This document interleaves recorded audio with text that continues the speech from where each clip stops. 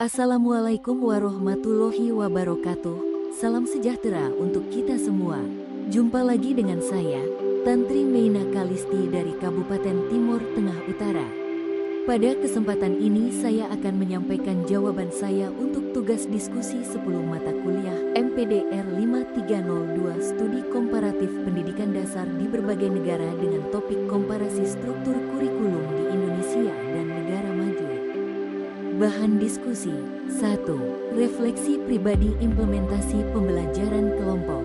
Silahkan disampaikan kesan, kendala, dan juga saran perbaikan untuk implementasi pembelajaran kelompok kolaborasi. 2. Analisa komparasi struktur kurikulum pendidikan dasar. 1. Lakukan analisa komparasi struktur kurikulum pendidikan dasar antara negara Indonesia secara umum dengan beberapa negara maju pada 2 artikel ilmiah yang telah disediakan dalam sesi 10. 3. Analisa komparasi struktur kurikulum pendidikan dasar. 2. Lakukan analisa komparasi struktur kurikulum pendidikan dasar antara negara Indonesia dengan beberapa negara maju dan di sekolah Anda, secara khusus dengan menjadikan modul MPDR 5302 sebagai acuan. Refleksi pribadi implementasi pembelajaran kelompok. 1. Kesan terhadap pembelajaran kelompok. Mengikuti pembelajaran kelompok dalam penulisan artikel ilmiah memberikan pengalaman yang sangat berharga bagi saya sebagai mahasiswa pasca sarjana UT. Kolaborasi membuat proses belajar terasa lebih hidup karena setiap anggota membawa latar belakang, pemahaman teori, dan pengalaman praktis yang berbeda. Diskusi yang terjadi selama penyusunan artikel membantu saya melihat suatu isu penelitian dari perspektif yang lebih luas dan mendalam. Saya merasa kemampuan membaca kritis, mengorganisasi literatur, dan menyusun argumen ilmiah meningkat secara nyata. Selain memperkaya pengetahuan, kerja kelompok juga memperkuat rasa kebersamaan dan tanggung jawab bersama terhadap kualitas artikel yang dihasilkan.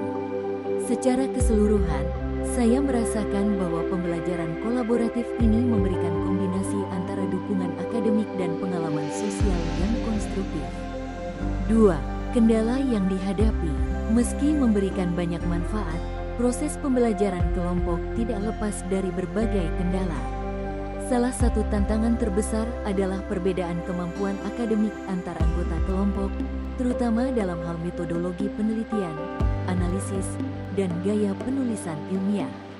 Ketidakseimbangan ini kadang menyebabkan sebagian anggota bekerja lebih dominan, sementara yang lain memerlukan waktu lebih banyak untuk memahami materi. Selain itu, koordinasi waktu menjadi masalah yang cukup signifikan.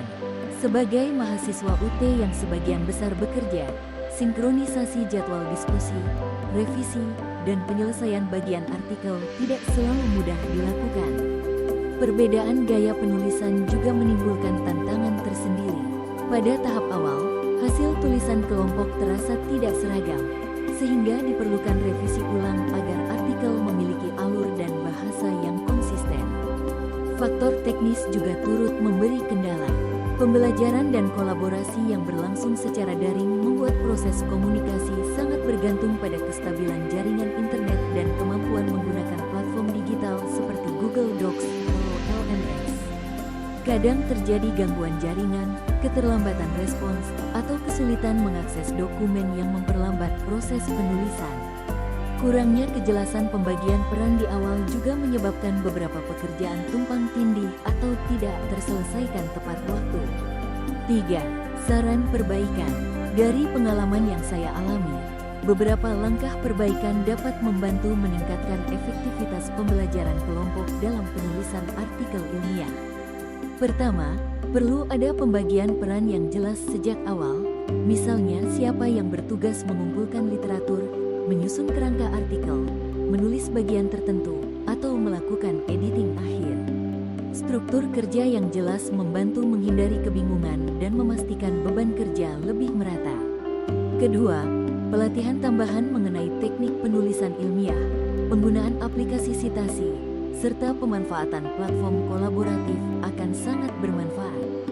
Pembekalan awal ini dapat membantu menyamakan kemampuan dasar anggota kelompok sehingga proses kolaborasi berjalan lebih lancar. Ketiga, diperlukan evaluasi atau monitoring berkala dari tutor atau dosen untuk memastikan progres kelompok tetap terarah. Umpan balik dari pihak pengampu dapat membantu kelompok memperbaiki kesalahan lebih cepat. Terakhir, penting bagi setiap anggota untuk membangun komunikasi yang terbuka dan saling menghargai. Kesepakatan mengenai komitmen waktu, etika berdiskusi, serta cara memberikan kritik secara konstruktif dapat menjaga dinamika kelompok tetap positif dan produktif. Dengan demikian, kolaborasi dalam penulisan artikel ilmiah tidak hanya menghasilkan karya yang berkualitas, tetapi juga membentuk sikap profesional dan kemampuan bekerja sama yang dibutuhkan dalam dunia akademik. Analisa komparasi struktur kurikulum pendidikan dasar, bagian 1. Indonesia. Sistem pendidikan nasional berlandaskan Pancasila dengan tujuan membangun kecerdasan dan karakter. Namun praktiknya masih didominasi kompetisi, administrasi, dan kurikulum yang padat. Struktur 6-3-3-4 SD, SMP, SMA, perguruan tinggi berjalan dengan banyak mata pelajaran wajib, beban belajar tinggi, serta penilaian yang masih mempertahankan ranking. Meski kurikulum bergerak ke arah diferensiasi, implementasinya belum merata karena kualitas guru, sarpras, dan budaya belajar yang beragam. Kesiapan psikososial siswa juga variatif, dengan tekanan akademik di sejumlah jenjang. 2. Finlandia. Pendidikan berakar pada kesetaraan dan kesejahteraan siswa, dengan kepercayaan tinggi kepada guru serta lingkungan belajar non-kompetitif. Struktur kompulsori 9 tahun tanpa pemisahan jenjang, jumlah mata pelajaran lebih sedikit, dan kurikulum berbasis fenomena yang kolaboratif dan student center. Penilaian tidak menggunakan ranking, beban belajar lebih ringan, sarpras sangat merata, dan budaya belajar nyaman tanpa tekanan. Kesiapan psikososial siswa diperkuat melalui dukungan emosional dan pendekatan individual. 3. Korea Selatan.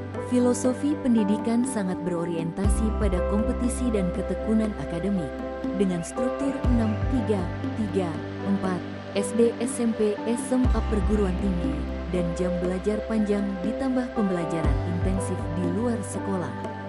Kurikulumnya ketat dan fokus pada STEM, beban belajar sangat berat, serta penilaian bertumpu pada ujian nasional dan kompetisi akademik. Guru dihormati dengan proses seleksi ketat, sarpras modern, namun budaya belajar syarat tekanan sehingga kesiapan psikososial siswa rentan terganggu akibat tingginya tuntutan. 4. Jepang. Pendidikan Jepang menekankan disiplin, etos kerja, keseragaman standar nasional, dan pembentukan karakter. Struktur 6-3-3-4 SD, SMP, SMA, perguruan tinggi berjalan dengan mata pelajaran standar yang rinci, serta waktu belajar paling panjang mencapai 240 hari per tahun. Kurikulum mengedepankan kedisiplinan, kolaborasi, dan rutinitas, sementara penilaian mencakup aspek moral dan tanggung jawab sosial. Sarpras sangat merata, budaya belajar kolektif dan disiplin, serta kesiapan psikososial siswa kuat karena pembiasaan karakter sejak dini. Analisa komparasi struktur kurikulum pendidikan dasar, bagian 2. Analisis komparatif terhadap struktur kurikulum pendidikan dasar Indonesia, implementasinya di SMPN 1 Atap Nunghala, serta 2 negara maju, Finlandia, Korea Selatan, dan Jepang, menunjukkan adanya kesenjangan signifikan dalam filosofi pendidikan, struktur kurikulum, kualitas guru, budaya belajar, dan ketersediaan sarpras. 1. Kurikulum Indonesia memiliki orientasi yang relatif padat, administratif, dan berorientasi kompetisi, dengan banyak mata pelajaran dan beban kerja guru yang tinggi. Walaupun secara filosofis menekankan nilai-nilai Pancasila dan kompetensi holistik, pelaksanaannya masih terjebak pada evaluasi berbasis nilai. Dibandingkan dengan Finlandia yang menekankan kesetaraan, non-kompetisi, dan fleksibilitas tinggi, Indonesia masih berfokus pada pencapaian akademik formal. Sementara itu, Korea Selatan dan Jepang menawarkan pendekatan yang sangat terstandar, kompetitif, dan berdisiplin tinggi,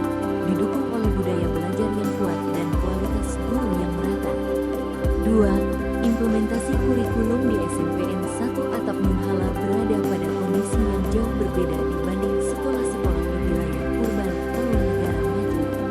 Keterbatasan sarana prasarana, ketersediaan guru sesuai formasi, keterbatasan akses internet, serta latar belakang sosial siswa yang berasal dari keluarga petani, pedagang membuat proses pembelajaran tidak mampu berjalan optimal.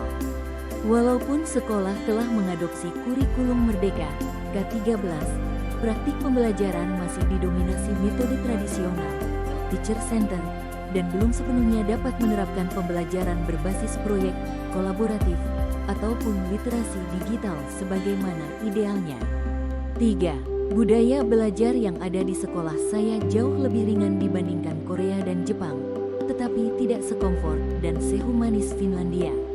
Kondisi sosial ekonomi membuat kehadiran siswa tidak selalu stabil, kesadaran literasi rendah, dan dukungan belajar di rumah minim.